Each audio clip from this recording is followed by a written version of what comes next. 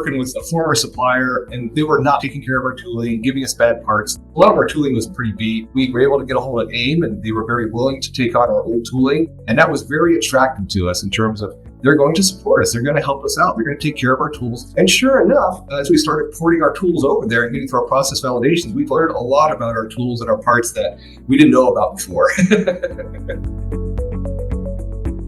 So we were doing a lot of development work with them on these older tools to get them back into the loop. I think we transferred 16, 20 tools or something like that. They were very accommodating. They were willing to run trials to see what was going on and understand how the tool worked. Very good communication between the two groups. And that led to the discussion of, as we get through the repairs on the tools, we're going to do process validation on your tools to make sure that they always produce good parts. I really like that approach. It gives us a little more versatility in the machines being used. It was a very good, open start to the relationship there. That relationship building with the individuals over there at AIM, it was part of what was missing at our previous supplier.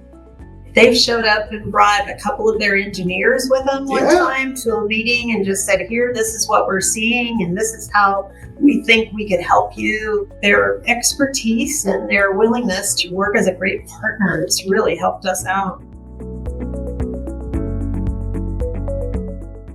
They're technical experts in what they do. They've got outstanding customer service. Whatever they do for us, we're going to get great quality parts, and they're all around an outstanding vendor for us.